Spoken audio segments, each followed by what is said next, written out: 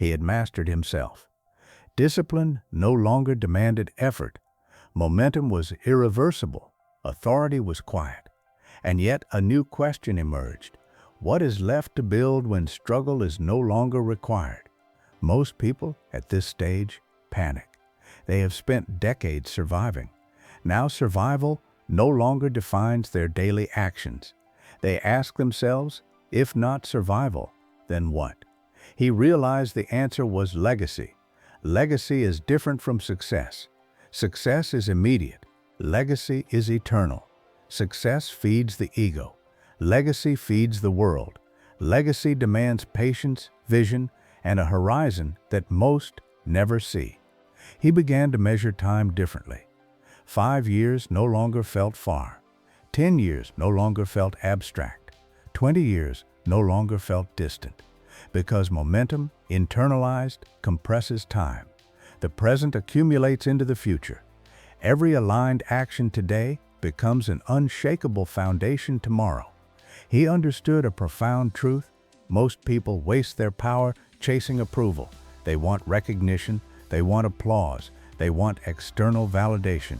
And in doing so, they surrender time. Time is the only currency capable of creating legacy. You cannot trade it for approval. You cannot borrow it back. So he decided consciously, I will no longer chase what the world applauds. I will pursue what endures. This meant making hard choices. Some relationships would end. Some social expectations would be ignored. Some opportunities would be rejected, not out of arrogance, out of alignment. The discomfort of this decision was subtle but constant. Approval feels safe. Legacy feels heavy. He accepted that weight. Weight is the cost of permanence. Lightness is the cost of distraction. Every day became a question of input quality, not output, not visibility, not temporary thrill. Input, clarity, discipline, integrity. This is where ambition matures. Not louder, not faster, not bigger. Ambition becomes deliberate, calculated, and inevitable. He also noticed an internal paradox. Legacy demands action beyond the self, but self-mastery must precede influence. You cannot leave an impact without first building permanence within. This is why most people fail at legacy. They chase influence before identity. He had done the opposite. Identity, discipline, momentum, all solid. Now the world could benefit from him, and that required patience. Patience to act only when aligned, patience to defer gratification, patience to wait for the right timing. Legacy cannot be rushed, it cannot be forced, it cannot be manufactured in noise. It is a natural result of consistent, aligned action over decades. He felt a new calm settle inside. No excitement, no anxiety, no need to prove, just clarity, just purpose, just alignment with a horizon only he could see. He understood another subtle lesson. Legacy is not what others remember. It is the impact you leave in the structures you touch. Systems, people, processes, habits, they inherit your influence silently. And influence does not need applause. It needs consistency. It needs patience. It needs invisible action repeated daily. He reflected on how many brilliant people collapse before reaching this stage because they measure life in immediate rewards, because they mistake drama for meaning, because they chase approval at the expense of permanence. He chose differently. He chose alignment over applause. He chose impact over recognition. He chose legacy over urgency. And in that choice, he found something deeper than motivation: peace, stability, inevitable fulfillment, the kind that lasts long after the world stops noticing. When urgency disappears, most people don't become free, they become confused. Urgency is loud. It tells you what to do next. It gives direction, even if that direction is destructive. Long vision is quiet. It doesn't shout, it doesn't push, it waits for you to become capable of hearing it. He realized something unsettling. Most human lives are organized around short-term pressure, not long-term meaning. Deadlines, bills, social comparison, fear of falling behind. These forces create movement, but not direction, motion without orientation, speed without purpose. When urgency left his life, The noise stopped, and in that silence, he faced a deeper psychological challenge. Can I move without being chased? This is where most people regress. They unconsciously recreate chaos. They overcommit. They manufacture stress. They pick unnecessary battles. Why? Because urgency provides identity. It tells you who you are, the struggler, the hustler, the survivor. Without urgency, identity feels exposed. He refused to recreate pressure. He allowed the silence to remain, and slowly, something profound happened. He began to see time not as an enemy, but as a collaborator. This shift is rare. Most people feel time slipping away. He felt time expanding, not because he had more hours, but because he stopped leaking energy. Psychologically, this is a critical transition. When urgency dominates, the nervous system operates in threat mode. Decisions are reactive, attention is fragmented, energy is burned, not invested. Long vision requires a regulated nervous system, calm attention, sustained focus, delayed gratification. This is why wisdom usually arrives late in life, not because intelligence increases, but because the nervous system finally slows down enough to see patterns. He noticed patterns everywhere, in people, in systems, in history. He saw how civilizations rise when long vision dominates and collapse when urgency takes over. Urgent cultures chase consumption. Long vision cultures build infrastructure. Urgent individuals chase validation. Long vision individuals build capability. This awareness changed how he evaluated success. He stopped asking, "Does this move me forward quickly?" and started asking, "Does this compound over time?" Compounding is invisible at first. That's why impatient people never benefit from it. He saw how most people abandon strategies right before compounding begins. They mistake silence for failure. They confuse lack of applause with lack of progress. He didn't need applause anymore. Psychologically, this freed enormous energy. Without the need to be seen, he could think clearly. Without the need to impress, he could choose accurately. This is where power becomes dangerous for the unprepared. Long vision gives you leverage. Leverage over time, leverage over systems, leverage over outcomes. But without integrity, leverage becomes exploitation. He understood this instinctively. That's why his vision wasn't aggressive, it wasn't extractive, it wasn't ego-driven. It was structured around sustainability. He didn't want to win quickly, he wanted to endure correctly. This required psychological maturity. He had to accept that results would arrive slowly, that others might outperform him in the short term, that his progress might look unimpressive to outsiders. This didn't bother him because he was no longer performing life. He was building it. Another realization surfaced. Long vision forces you to confront mortality. Urgency distracts from death. It keeps you busy. It keeps you numb. Long vision asks uncomfortable questions. What survives me? What outlasts my effort? What continues without my presence? These questions are heavy. Most people avoid them. He didn't. He accepted that legacy is not about being remembered. It's about being embedded. Embedded in people's thinking, embedded in systems, embedded in values passed forward unconsciously. That kind of impact requires humility. You don't get credit, you don't get recognition, you don't get applause, you get continuity. This shifted his relationship with control.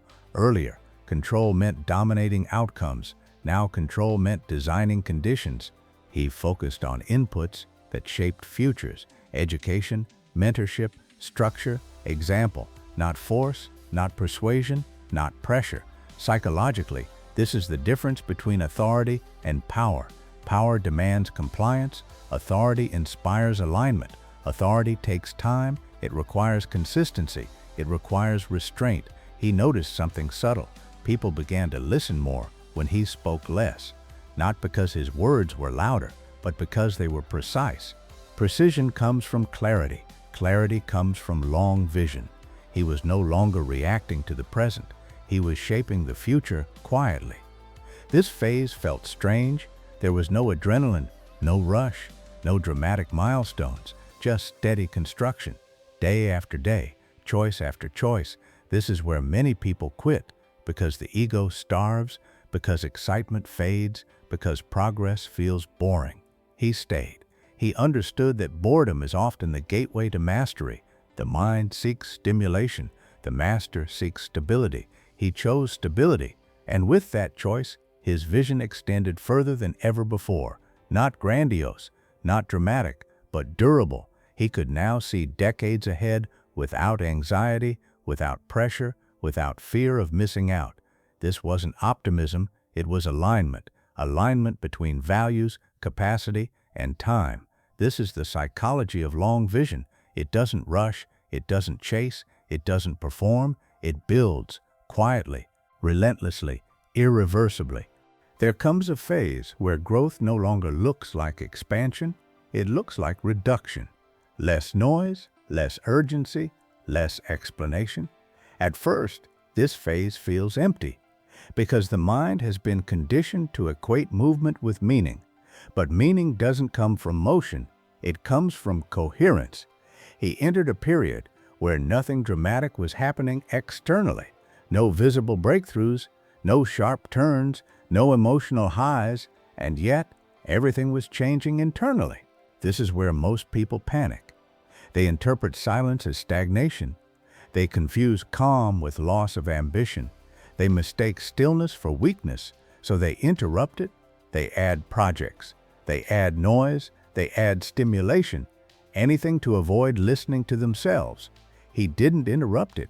He stayed inside the silence long enough for it to become structured.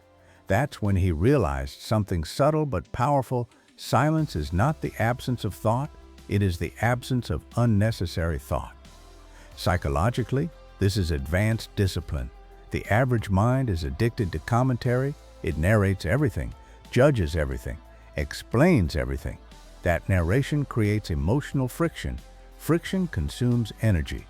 When narration stops, energy returns. He noticed his reactions slowing down, not delayed, measured. Between stimulus and response, a gap widened, and inside that gap lived freedom. He could now choose responses instead of defaulting to habits. This wasn't spiritual, it was neurological. A regulated nervous system creates choice. A dysregulated one creates reflex. Most people think they are choosing. They are reacting faster than awareness can catch. He trained awareness to arrive first. This changed how he dealt with people. Criticism didn't hook him. Praise didn't inflate him. Disagreement didn't threaten him. Not because he was detached, but because his identity was no longer fragile. Fragile identities require constant defense. Stable identities require maintenance, not protection. He stopped explaining himself. Explanation is often a sign of insecurity, a request for validation disguised as clarity. He trusted alignment over approval. This made some people uncomfortable. They were used to emotional engagement, used to reactions, used to being able to provoke responses. Now they encountered neutrality. Neutrality is confronting. It forces others to face themselves. Some leaned in, some pulled away. He let both happen. He was learning the discipline of inner silence. This discipline doesn't mean becoming quiet externally. It means becoming quiet internally. You can speak and still be silent inside. You can act and still be centered. That is composure. Composure is not calmness. It is control under motion. This control gave him a new kind of confidence, not expressive confidence, grounded confidence, the kind that doesn't announce itself. He noticed how many conflicts exist only because people need to be seen as right, seen as strong, seen as relevant. When the need to be seen dissolves, conflict loses fuel. He chose clarity over dominance. That choice simplified life. Decisions became cleaner, relationships became more honest, boundaries became firmer without aggression. He no longer negotiated with his principles. Negotiation happens when values are unclear. His values were clear now, not idealistic, operational. What drains energy, remove it. What compounds energy, protect it. What distorts identity, question it. This framework guided everything: work, relationships, ambition. He wasn't optimizing for excitement, he was optimizing for sustainability. This is rare because sustainability requires patience, and patience requires emotional maturity. He also observed something psychological. People respect what doesn't chase them. Desperation repels, stability attracts. By no longer chasing outcomes, outcomes started aligning, not magically, systematically. Consistency replaced intensity. Consistency doesn't feel powerful day to day, but over time, it becomes unstoppable. This is where discipline becomes identity, not discipline as force, discipline as rhythm.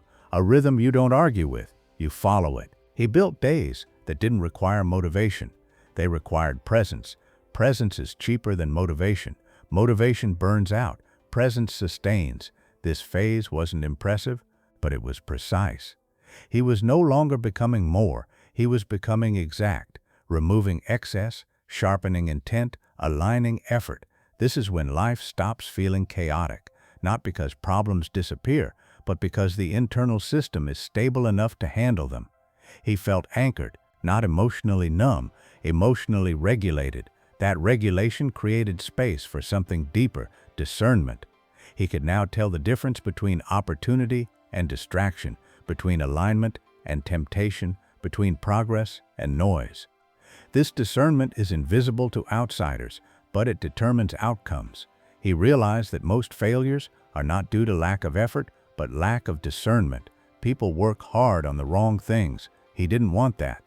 So he chose inner silence over constant stimulation. That silence became his edge, and quietly, without announcement, without urgency, he crossed another threshold. There is a point in inner evolution where effort stops feeling like effort, not because life becomes easy, but because resistance disappears. This is the phase very few people ever reach, not because it is difficult, but because it is quiet, and most people cannot tolerate quiet success. He noticed something unmistakable. His days no longer felt heavy, not empty, not slow, just clean. Each action had a reason. Each choice had weight. Nothing felt rushed, yet nothing felt delayed. This is what alignment does. It synchronizes time and intention. Earlier in life, he was always chasing a future version of himself, a stronger version, a more accomplished version, a more respected version. Now that chasing stopped because he realized something unsettling and freeing at the same time. You don't become aligned by adding more goals. You become aligned by removing internal contradictions. Contradictions are exhausting.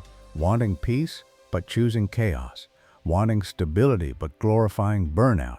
Wanting meaning, but chasing attention. Once those contradictions dissolve, energy returns naturally. He wasn't more motivated now, he was less conflicted. That difference changed everything. Psychologically, conflict consumes more energy than effort ever could. Most people are not tired because they work hard. They are tired because they live divided lives. One part wants growth, another wants comfort. One part wants truth, another wants approval. That inner civil war never ends. He ended it, not through force, through honesty. He admitted what no longer fit. He released identities that demanded performance. He stopped maintaining images that required explanation. This honesty felt brutal at first, then liberating, then inevitable. Once alignment takes hold, you can't pretend anymore.